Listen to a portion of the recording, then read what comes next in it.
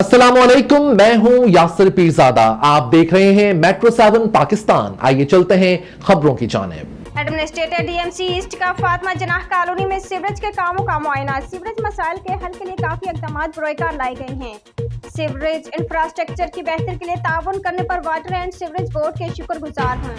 Fatima जनाह colony में तरक्याती काम MNA fund से सरअंजाम दिए जा रहे हैं।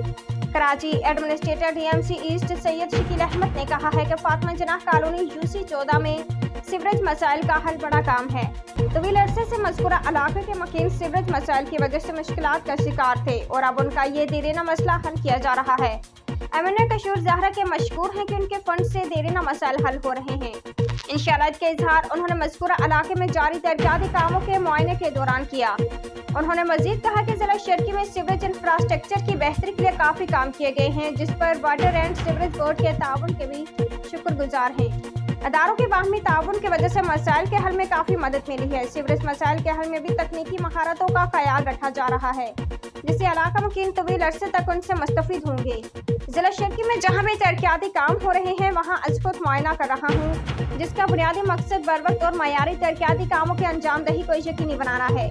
इस मौके पर उनके हमरा assistant executive engineer Saleem Farooqui व दीगर अफसरान भी मौजूद थे।